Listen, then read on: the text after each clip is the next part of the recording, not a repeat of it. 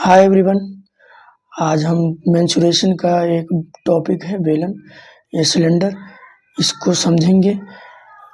इस टॉपिक को हम फेस से फार्मूला निकालना समझेंगे। तो देखते हैं। फेस पहले ये पता होना चाहिए, फेस कितने होते हैं, सतह कितनी होता है। 3 फेस। कौन कौन से? एक ये कर्व्ड जो घुमावदार होता है, ये जैसे ये जो कर्व्ड है, ये वाला घुमावदार कर्व फेस, और दूसरा ये नीचे वाला सर्किल, और ये जैसे ये है ये, और इसी तरह से ऊपर ये दूसरा। तो ये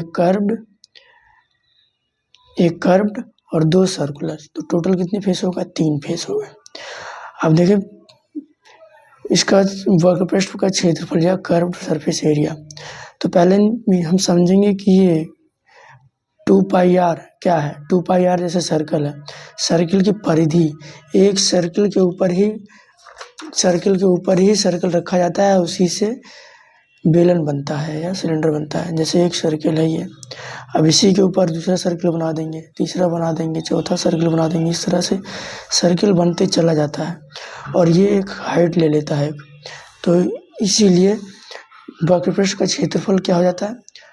2 पाई आर एच, यानी कि 2 पाई आर ये सर्किल का परिधि और सरकमफ्रेंस, और सर्किल का सरकमफ्रेंस या परिधि, और एच। तो इस वक्रपृष्ठ का क्षेत्रफल क्या होगा? 2 पाई आर एच। ठीक है, यहाँ तक समझ में आ गया होगा। आगे समझते हैं संपूर्ण पृष्ठ का क्षेत्रफल, यानी टोटल सरफेस एरिया। यानी कि अगर आपको वक्रपृष्ठ का क्षेत्रफल याद है तो आप इस संपूर्ण पृष्ठ क्षेत्रफल भी आसानी से याद कर सकते हैं। यानी कि वक्रपृष्ठ क्षेत्रफल अभी हमने निकालना बताया था, ठीक है, तो वो तो रहेगा ही, लेकिन और जो एरिया बचा हुआ है, जैसे नीचे का सर्किल वाला बचा हुआ है और ये वाला सर्किल बचा हुआ है, तो इसका एरिया क्या होता है? पाई आर स्क्वायर, और इसका भी क्या होता है? पाई आर स्क्वायर। तो यहाँ हमने लिख दिया वक्रपृष्ठ का क्षेत्रफल प्लस पाई आर स्क्वायर, यानी कि इसका क्षेत्रफल प्लस इस वाले सर्कल का पाई आर स्क्वायर। अब सबको ऐड कर देंगे। ये pi r square plus pi r square क्या होता है? 2 पाई आर स्क्वायर। अब इसमें देखिए 2 पाई आर कॉमन आ जाएगा, दोनों में है तो कॉमन निकाल लेंगे। एच एक बचेगा प्लस आर यहाँ से बच जाएगा, तो टोटल सरफेस एरिया कितना बचा? 2 पाई आर एच प्लस आर। ठीक है, अब इसी तरह से वॉल्यूम आयतन पाई आर स्क्वायर एच, यानी कि अभी हमने बताया ये जो सर्कल है इसका क्षेत्रफल और एच से मल्टीप्लाई कर देंगे तो ये आ जाएगा आयतन पाई आर स्क्वायर एच। अब हम पढ़ते हैं शंकु को समझते हैं, यानी कि कोण। इसके कितने फेस होते हैं? 2 फेस होते हैं। कौन कौन से?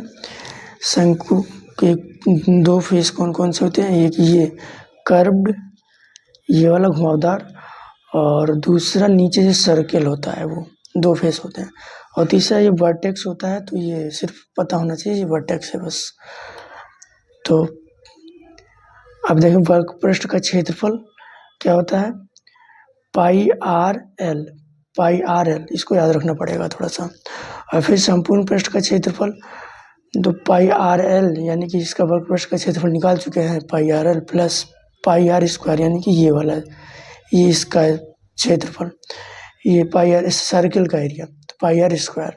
तो टी एस है, यानी कि टोटल सरफेस एरिया क्या हो जाएगा? Pi r l plus r. Pi r का माना जाएगा, एल बचेगा, फिर यहाँ से आर बचेगा। और आयतन, इसका वॉल्यूम क्या होगा? बेलन का और शंकु का आयतन सेम होता है, बस यहाँ पे 1/3 1/3 लगा होता है, 1/3 पाई आर स्क्वायर एच। तो ये हो गया शंकु का आयतन, और पाई आर स्क्वायर एच ये हो जाएगा, पाई आर स्क्वायर एच ये हो जाएगा बेलन का आयतन। हमें उम्मीद है कि आपको समझ में आ गया होगा अच्छे से।